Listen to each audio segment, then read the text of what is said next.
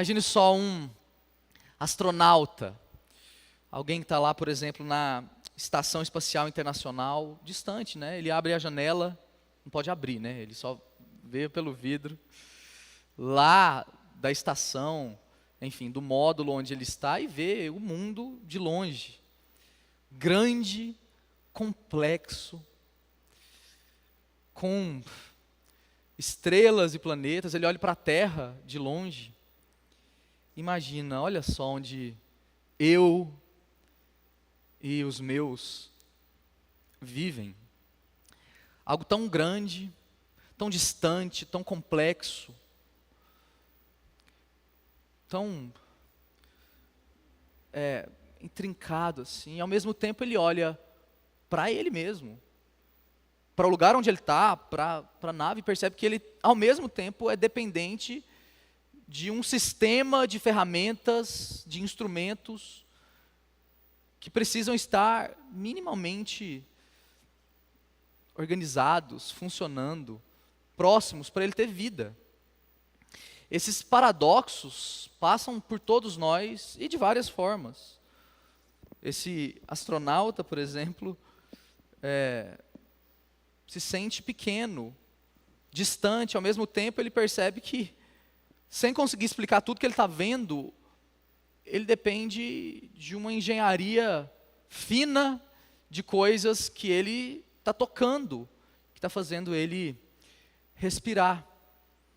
Ao mesmo tempo a gente sente essas tensões e paradoxos na nossa própria vida, na nossa própria existência. Coisas tão complexas e grandes que a gente não consegue explicar direito.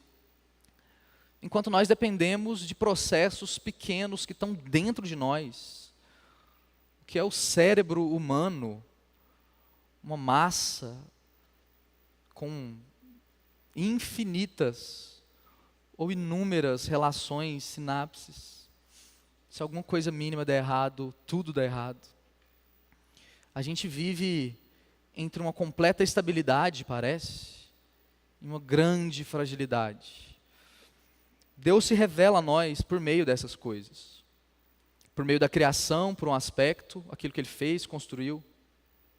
E por meio da sua palavra, especificamente. Na verdade, a gente viu isso nas outras mensagens dessa série, que tem como estrutura esse livro, As Maravilhas de Deus, do teólogo holandês Herman Bavinck. Inclusive, você pode comprar ali, é um resumo de 4 volumes da sua dogmática, grandes, e esse aqui também não ficou pequeno, né? Mas ele é um pouco mais acessível.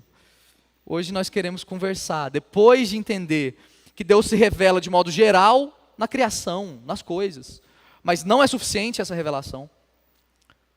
E também se revelar de modo especial, específico, na sua palavra. Não num livro qualquer. Ele se revela na história, junto com homens e mulheres, na dinâmica de redimir um povo e toda a criação para si. Isso está revelado aqui. Agora, e Deus? Quem Deus é? Você já parou para se fazer essa pergunta de modo sincero? Quem Deus é? Deus. O Deus que a gente diz que ama, adora, que nos salvou. Quem Ele é? Como descrever Deus? Se a Bíblia e a criação, de algum modo, testemunham sobre Deus, quem Deus é? Essa tarefa é complexa. É complexa. Mas hoje eu quero te chamar a atenção para isso. Vamos tentar, de algumas formas, sem ser muito específico, isso vai acontecer com o passar das semanas, no domingo à noite, entender o ser de Deus. Ele, essencialmente, quem Ele é, e para isso eu quero te convidar a abrir a sua Bíblia, no livro do profeta Isaías, capítulo 40. Isaías 40, versículo 18 até o 31. Vamos ler.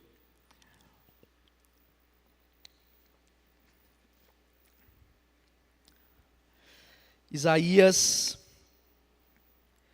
40,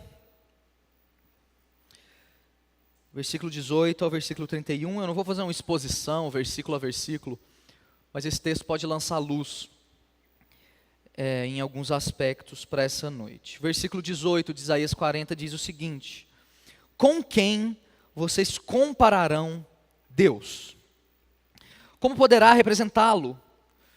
Como uma imagem que o artesão funde e que o ourives cobre de ouro e para a qual modela correntes de prata? Ou com o ídolo do pobre que pode apenas escolher um bom pedaço de madeira e procurar um marceneiro para fazer uma imagem que não caia? Será que vocês não sabem, nunca ouviram falar? Não lhes contaram desde a antiguidade? Vocês não compreenderam como a terra foi fundada? Ele se assenta no seu trono, acima da cúpula da terra, cujos habitantes são pequenos como gafanhotos. Ele estende os céus como um forro e os arma como uma tenda para neles habitar. Ele aniquila os príncipes e reduz a nada os juízes desse mundo. Mal eles são plantados ou semeados, mal lançam raízes na terra, Deus sopra sobre eles e eles murcham. Um redemoinho os leva como palha. Com quem vocês vão me comparar? Quem se assemelha a mim? Pergunta o santo. Ergam os olhos e olhem para as alturas. Quem criou tudo isso? Aquele que põe em marcha cada estrela do seu exército celestial e a todas chama pelo nome.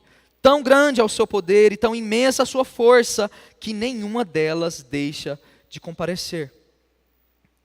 Por que você reclama, ó Jacó, e por que se queixa, ó Israel?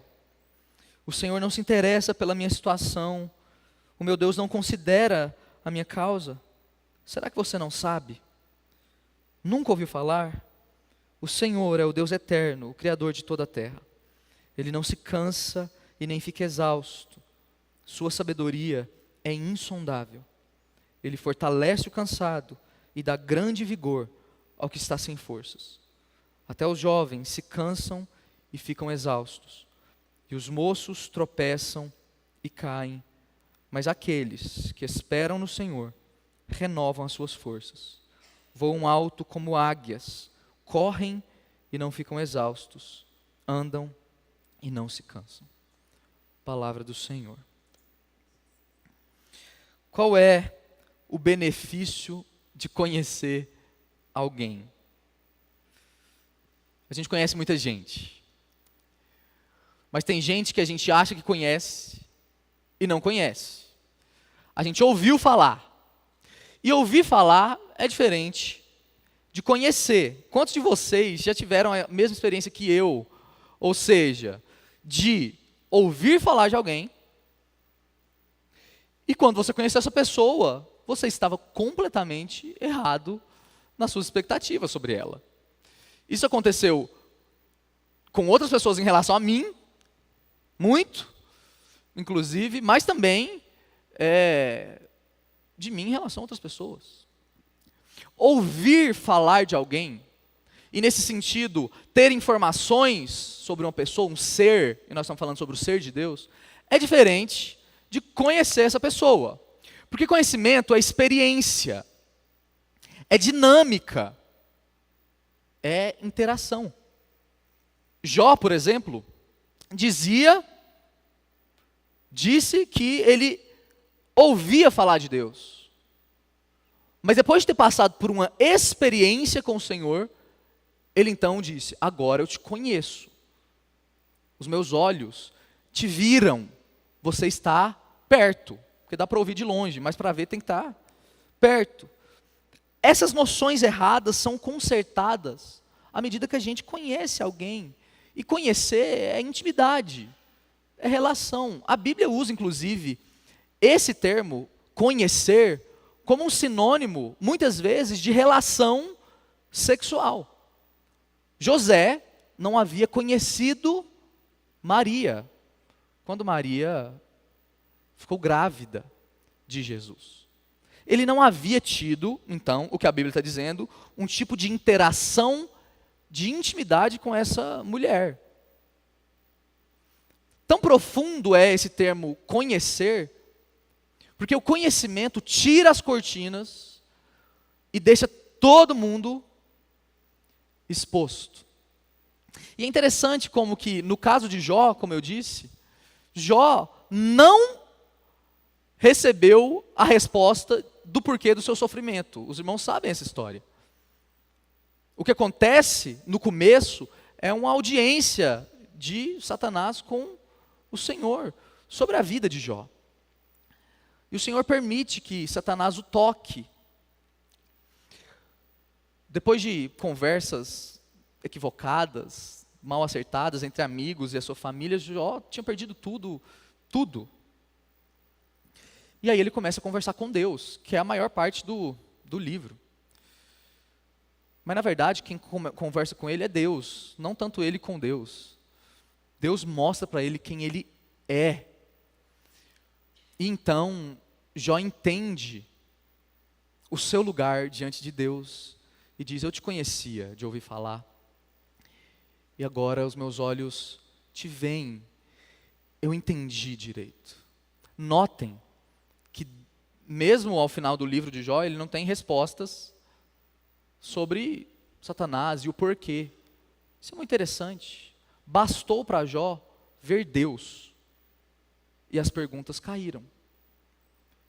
Foi suficiente entender e conhecer Deus pela experiência, para que esse homem entendesse a si mesmo qual era o seu lugar. Então, qual é o benefício, como eu disse, de conhecer a Deus? É que conhecer a Deus, irmãos, é conhecer a gente mesmo. Isso é muito profundo. Isso é muito profundo. João Calvino, que é um teólogo muito caro para nós, para a nossa tradição reformada, e nós estamos falando sobre a nossa herança reformada aos domingos à noite. Ele começa a sua obra mais importante, As Institutas da Religião Cristã, dizendo algo como isso que eu disse. Conhecer a Deus e conhecer a nós mesmos é tudo o que a gente precisa. De modo que existe uma ligação natural, dinâmica, orgânica, de conhecer a Deus, e quando eu conheço a Deus, eu conheço um pouco mais de mim. Eu vou para o meu lugar, eu vou entendendo, e as coisas, ao invés de ficarem mais complexas, pesadas, elas ficam mais simples. E à medida então que agora eu mergulho em mim para me conhecer, eu sou jogado a conhecer a Deus, porque eu preciso dele. E quando eu conheço Deus, eu percebo o que ele faz e é em relação a mim. Então eu volto a me conhecer. E esse ciclo virtuoso de virtudes de conhecimento de Deus, para estarmos preparados a nos conhecer, nos coloca no nosso lugar e responde nossas dúvidas. Conhecer a Deus é conhecer tudo o mais. Então nós estamos diante de um tema hoje muito profundo, especial. Quem é Deus? Quem é aquilo que nós chamamos de divindade para nós e que nós dissemos pelo batismo que nós seríamos fiéis até o fim? Vale a pena confiar em alguém que você não conhece? Você conhece Deus? Ou você conhece uma caricatura que você construiu sobre Deus? E aí você está adorando a você, em nome de Jesus. Enquanto Deus não tem compromisso com aquilo que Ele disse que não era. Então, quem Deus é? É possível conhecê-lo? É preciso fazer essa introdução um pouco mais longa. É possível conhecer a Deus? É ou não é? É possível conhecer a Deus. Mas existe um espírito vigente em todas as épocas que diz de uma forma ou de outra, com formulações diferentes, que não é possível conhecer Deus, afinal de contas, Deus é Deus. Ninguém explica Deus. Já ouviu essa? Por um lado, isso faz sentido. Como que você reduz Deus? Categoriza Deus e coloca ele numa caixa. Aí ele não é Deus, ele é...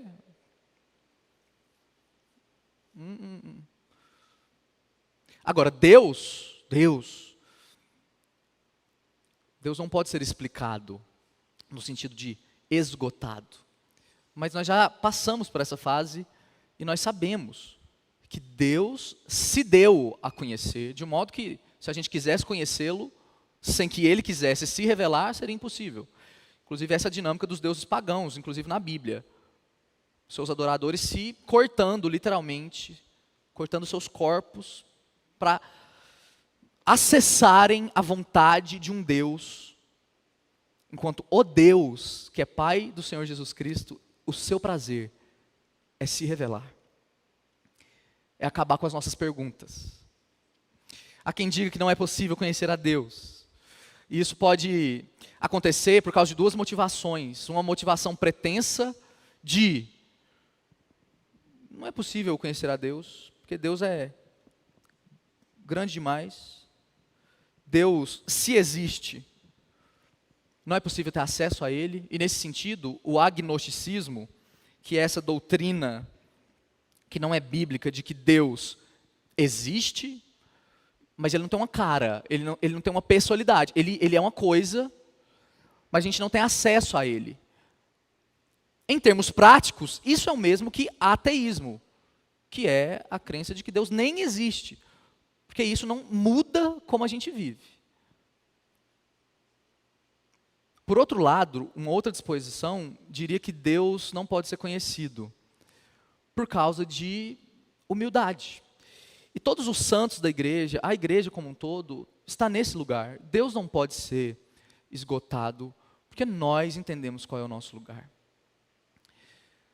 E que esse Espírito tome o nosso coração essa noite, a ponto de não nos convencer que a gente esgotou essa pergunta, tá bom? Eu acho que o que vai manter a gente de pé, crentes, é ter a certeza de que a gente nunca vai responder quem é Deus, finalmente.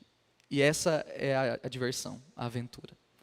Mas Ele é muitas coisas, lindas e profundas, como um tesouro escondido, que a gente quer poder trabalhar um pouco mais essa noite. Então, qual vai ser a nossa dinâmica? Eu vou construir aqui dois lugares, tá bom? Desse lado direito, nós vamos falar sobre o Deus que é totalmente outro. Um Deus que é tão grande, tão diferente de nós, tão profundo como de fato Ele é, que não tem como a gente falar de Deus em termos nossos. Desse lado de cá, eu quero dizer sobre um Deus que é infinitamente próximo. À mesma medida que Ele é transcendente, completamente diferente de nós, Ele é, ao mesmo tempo, profundamente interessado naquilo que Ele criou. E Ele está próximo e ativo. Vamos começar do lado de cá. Deus é, primeiro então, totalmente outro.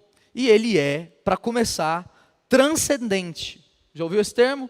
A teologia aplica ele ao ser de Deus para dizer que Deus, sendo transcendente, então nem esse lugar nem aquele são opositores, tá? Os dois estão certos. Vamos começar por aqui. Ele é transcendente. Ele está acima de tudo. E é literalmente isso que significa. Uma aula para nós. Ele é totalmente outro mesmo. Existe um teólogo do século passado chamado Karl Barth que fala isso sobre Deus. Deus é muito distante. E nesse sentido, é importante que a gente reafirme isso. Em tempos em que a gente quer domesticar Deus, colocar Ele no nosso bolso e dizer que Deus está nas pessoas e nas coisas. Quando a gente olha para a Bíblia, que testemunha de quem Deus é, esse é um aspecto inegociável. Deus é absoluto. Ou seja, Ele é independente de qualquer coisa e de qualquer ser. Só Deus, meus irmãos, é de verdade. O fato de ser, e nós somos seres humanos, é em nós apenas derivativo. Somente Deus é, de modo absoluto, próprio, total. Ele é antes de todas as coisas. Na verdade, meus irmãos, não existe nem antes e nem depois para Deus. Ele é. O que era tudo antes da criação desse Deus? Deus. Eu costumo dizer para os meninos, para os jovens, que a gente acaba imaginando que antes da criação, lá de Gênesis 1, as coisas eram escuras, né? Tipo, não tinha nada. Não tinha nem cor. Não tem categoria para dizer o que é escuro, o que é claro. Não existia nada. Nada. E a gente não tem categoria para conceber o que é nada, porque a gente é derivado de algo. A gente teve início. A gente tem matéria. Deus é aquilo que o apóstolo João vai dizer, a palavra, a sabedoria de Deus. Ele é transcendente, um ser por excelência puro, de modo que, desse lado de cá, só Deus conhece Deus. E ninguém mais conhece Deus. Ninguém mais conhece Deus. Está encerrada a discussão sobre quem Deus é. Porque Ele é outro. E para nós, de forma prática, isso quer dizer que se a gente está vivendo uma vida em que o Deus que a gente diz que serve é de algum modo domesticado por nós, manipulado por nós, nós estamos adorando o Deus errado. Deus é um ser completamente, profundamente acima de nossas maiores expectativas sobre o que Ele pode ser. De modo que na nossa vida, meu irmão, na sua vida, na sua família, se você está em Deus, você pode e deve esperar coisas grandes. Porque Deus é grande. Quando Moisés, vocês lembram disso? É muito conhecido esse texto. Moisés é chamado por Deus, esse Deus, a ir até o Egito de volta, libertar o povo que é de Deus. Moisés faz uma pergunta para Deus e pergunta qual é o seu nome. E nome é definição. Era muito mais, continua sendo hoje, cada vez mais esquecida, né, essa ideia, mas nomes definem as pessoas. Naquela época, muito mais, os deuses eram definidos pelo seu nome. Então Moisés, no final das contas, estava perguntando assim: quando eu chegar lá, o que eu digo que você é? Ao perguntar o nome de Deus. E o que Deus responde? Eu sou. Eu sou o que sou. Ou eu serei o que serei. É uma expressão complexa, mas existe uma verdade que ninguém discorda, nenhum estudioso bíblico discorda, é que os termos para esse nome, eu sou, derivam do verbo ser, no hebraico. Se isso está no futuro, se isso está condicionado ou não, existem discussões, mas o que Deus está dizendo é, eu não vou dizer que eu sou o Deus da fertilidade, Moisés. Que eu sou o Deus da agricultura, ou que eu sou o sol, que eu sou o Ra. Eu sou o que eu sou. Eu me conheço. E eu serei o que eu vou ser, porque eu não mudo, e à medida que eu for sendo, você e o meu povo vão descobrir quem eu sou, porque eu sou. E aí, com isso, Deus nos dá pistas que conhecer a Deus só é possível a partir de uma relação com Ele. À medida que Deus vai sendo, nós vamos descobrindo o seu nome. Porque Ele é transcendente. A gente vai voltar nesse assunto. Ele é outro. Ele é muito maior do que nós esperamos. Um outro aspecto desse lado de cá, do palco, do púlpito, é que a teologia também aplica sobre Deus quando quer dizer que Ele é um Deus completamente outro, maior do que nós, que Ele possui atributos. Atributos, nesse caso, incomunicáveis. Ele não comunica, compartilha esses atributos com ninguém. Porque isso faz dele só o que ele é. São os distintivos de Deus, de modo que se outra pessoa tivesse esses atributos, essa pessoa seria Deus. Atributos incomunicáveis. E o que são atributos? São o que alguém faz. Exerce, pratica. E é tão interessante perceber que no caso de Deus, isso está tão ajustado, tão íntimo, o que ele faz, o que ele é, que a gente pode dizer que Deus faz o que ele é.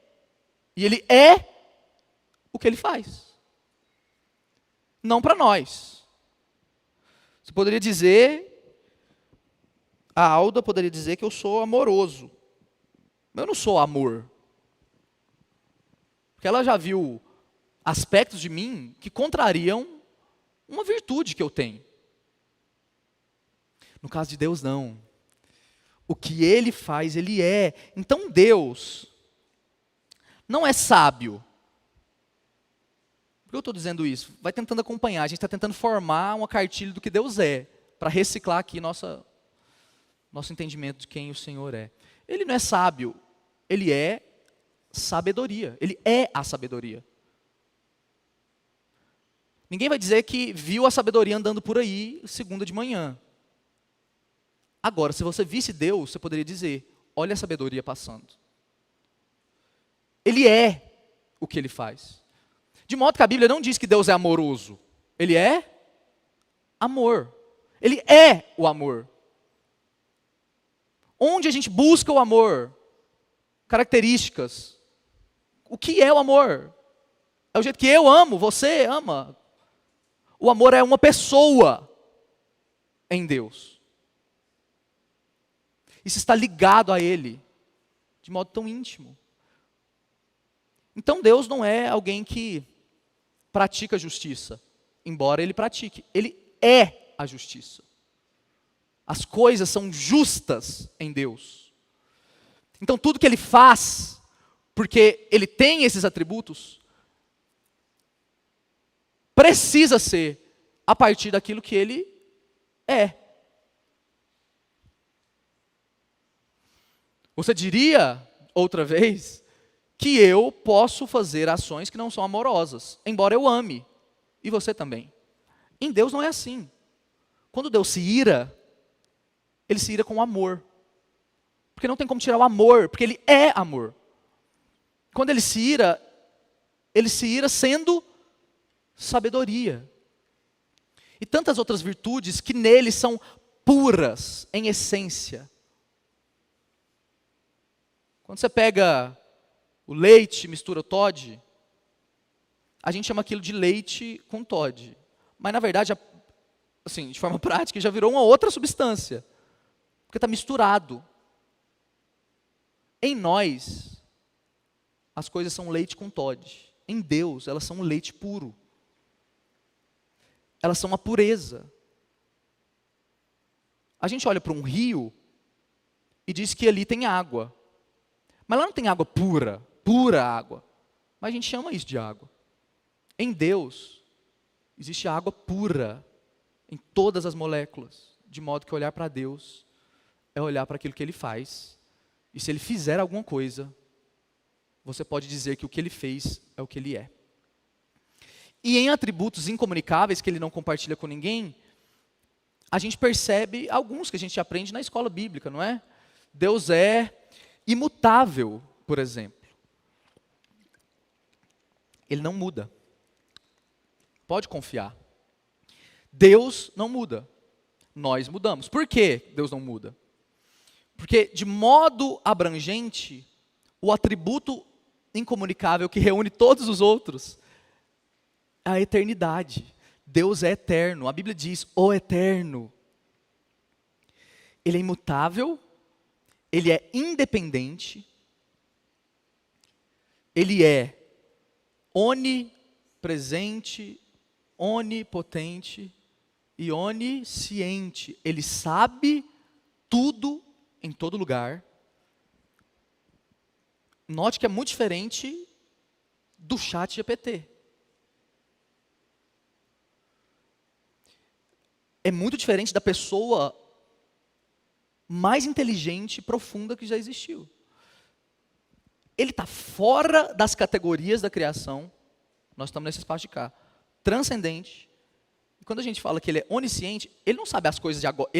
As coisas passam diante de Deus agora, o tempo inteiro. Por isso que a Bíblia diz que o sangue de Cristo, no tempo e no espaço, lá há 2000 anos atrás, foi conhecido antes da criação do mundo. Porque para Deus, essas categorias falem. Ele é eterno, ele é onisciente, ele é onipresente, ele está em todos os lugares com a sua presença, ele preenche todas as coisas, ele é onipotente, ele tem todo o poder. Capacidades em Deus são completas e perfeitas para fazer o que ele quiser fazer. Esse é Deus. O Deus que a gente serve. O Deus que inclusive nos alcançou. E isso ele não compartilha com ninguém. Deus é Deus somente se ninguém mais for o que ele é. Deus é Deus somente se ninguém mais for o que ele é. Vamos para o lado de cá. Nessa esfera que equilibra a esfera de lá, Deus não é totalmente outro, ele é infinitamente próximo de nós.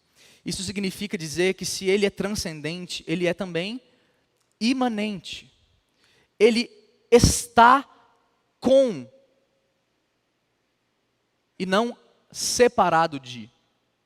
Deus está com o seu povo. Deus está com a sua criação. Ele é um criador interativo.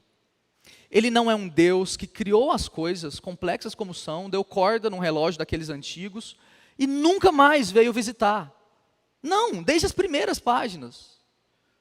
Ele está na viração do dia, 6 horas da tarde, na hora do café, com Adão e Eva, todos os dias. Ele dá ordens, ele recebe diálogo, ele conversa, ele é presente e não só presente, como seu filho adolescente muitas vezes é, mas ele também é ativo. Ele está presente, de corpo e alma, como a gente diz. Ele se importa. Isso aqui é Deus. Se te contarem que Deus é somente isso aqui, isso é uma caricatura. E caricatura é esticar uma parte demais em detrimento da outra. Deus é um Deus que se relaciona, que está junto. Eu percebi que eu nem li o texto de novo, acabei de perceber. Mas essa primeira parte do texto, se você for observar, que nós lemos no início, vai tratar muito dessas perguntas sobre quem Deus é, e principalmente no início da nossa passagem, ressaltando que Ele é incomparável. Mas o final da nossa passagem vai dizer que esse mesmo Deus só é esse Deus aqui, se Ele estiver com o cansado, com o fraco. O texto diz, no versículo 27, por que você reclama, Jacó, se queixa, Israel? Igreja, o Senhor não se interessa pela minha situação, não considera a minha causa. Será que você não sabe, nunca ouviu falar? O Senhor é Deus eterno, Criador de toda a terra. Ele não se cansa nem fica exausto. Ele não. Mas Ele fortalece, versículo 29, aqueles que cansam. Até os jovens se cansam e ficam exaustos. Os moços tropeçam e caem, mas quem espera no Senhor, nesse Senhor, renovam suas forças.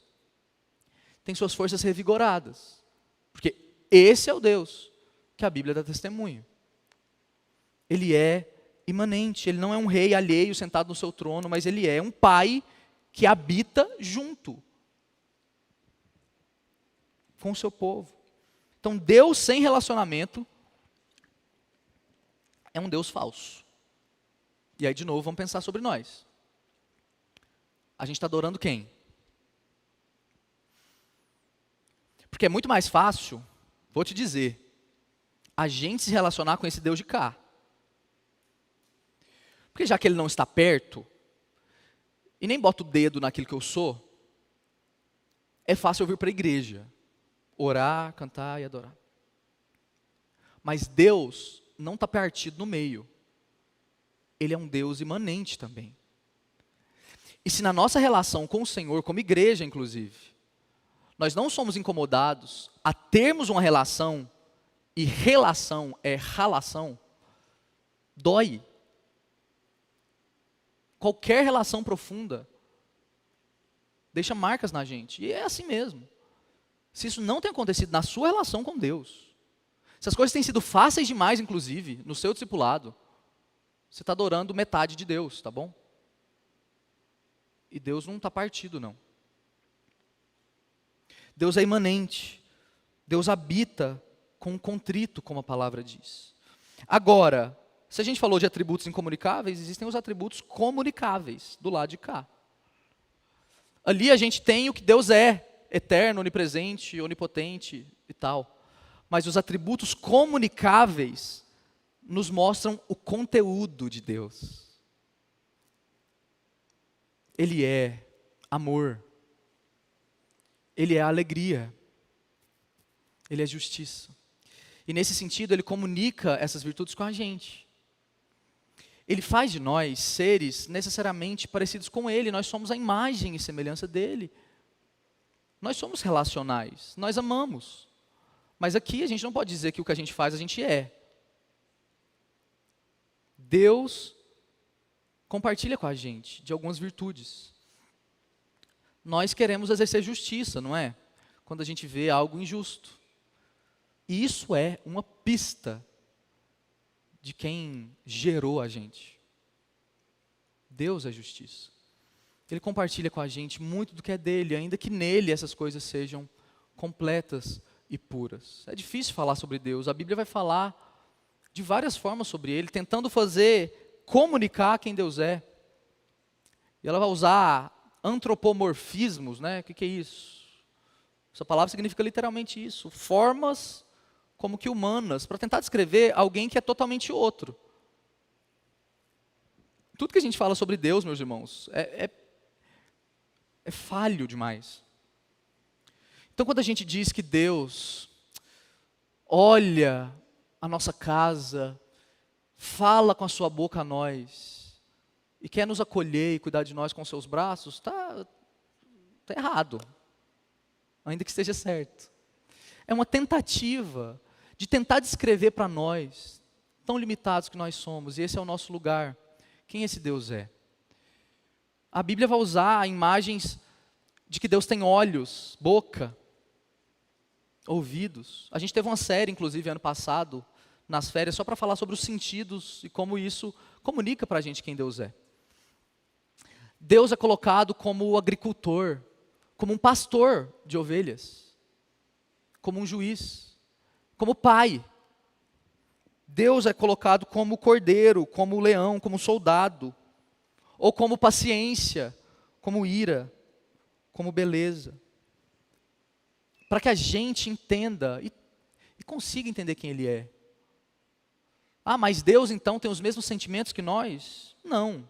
É nós que temos sentimentos parecidos com o de Deus, só que todos desordenados. E vamos tentar colocar isso em mente, assim, tá bom?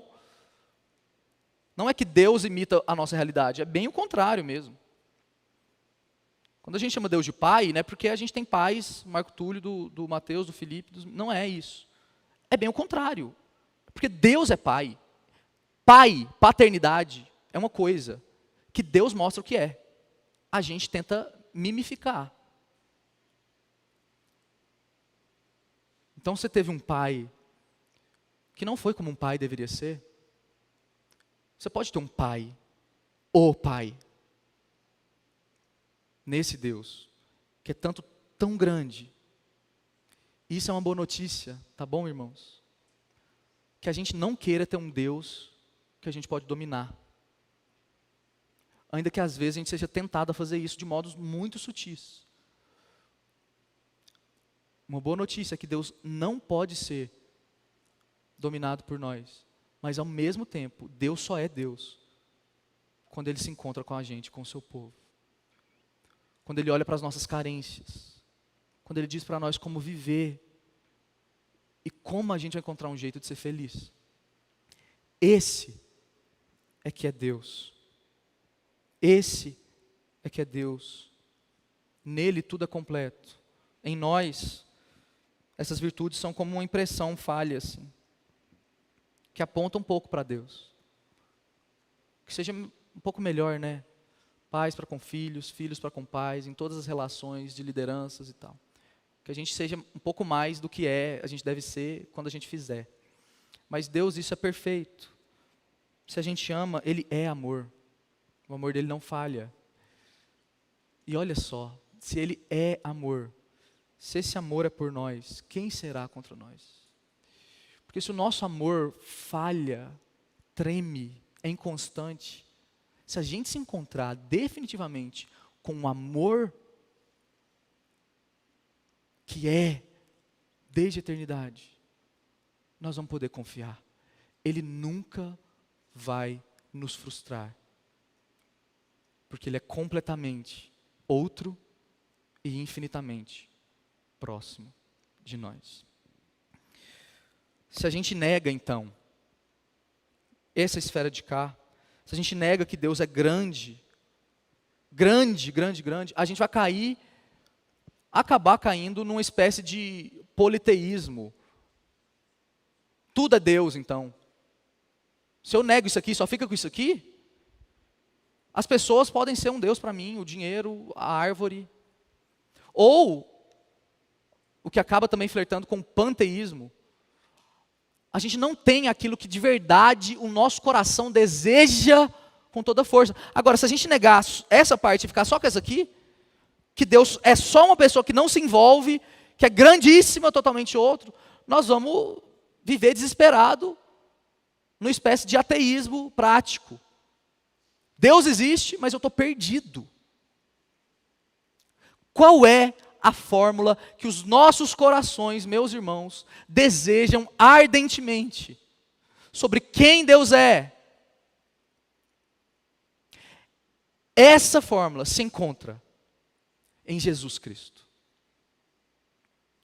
Jesus é Deus totalmente outro, completamente diferente de tudo que a gente já viu e já havia acontecido e aconteceria depois, e ao mesmo tempo totalmente próximo, um sofredor com o seu povo, aquele que ama e ensina a amar.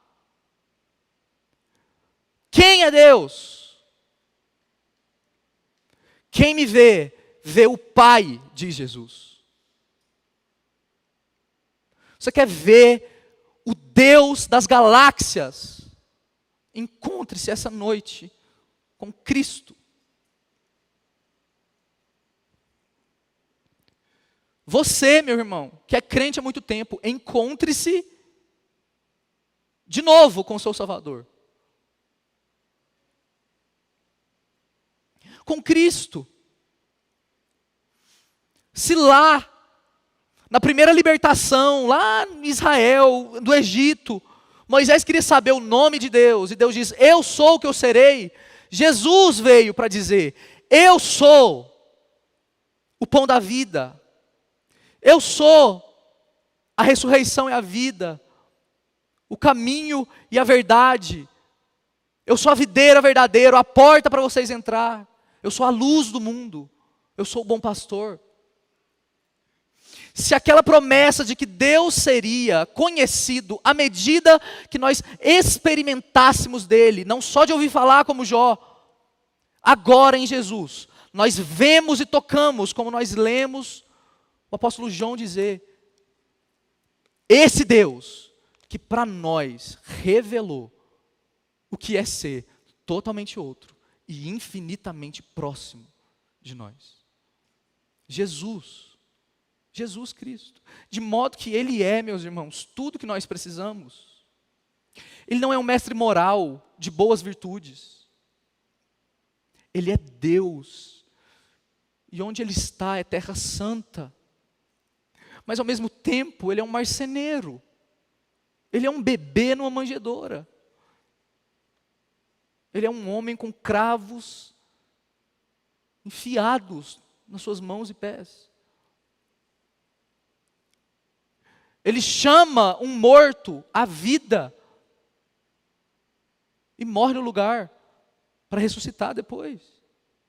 Ele olha para o mar e para a criação e diz: me obedeçam, e elas obedecem, porque foi Ele mesmo que chamou elas à existência lá no início, Jesus, o Filho de Deus. É, para nós, aquilo que nós precisamos. E se é difícil demais, e de fato é, definir quem Deus é, deixe o Espírito Santo falar com você essa noite. Deus é o que o Filho é.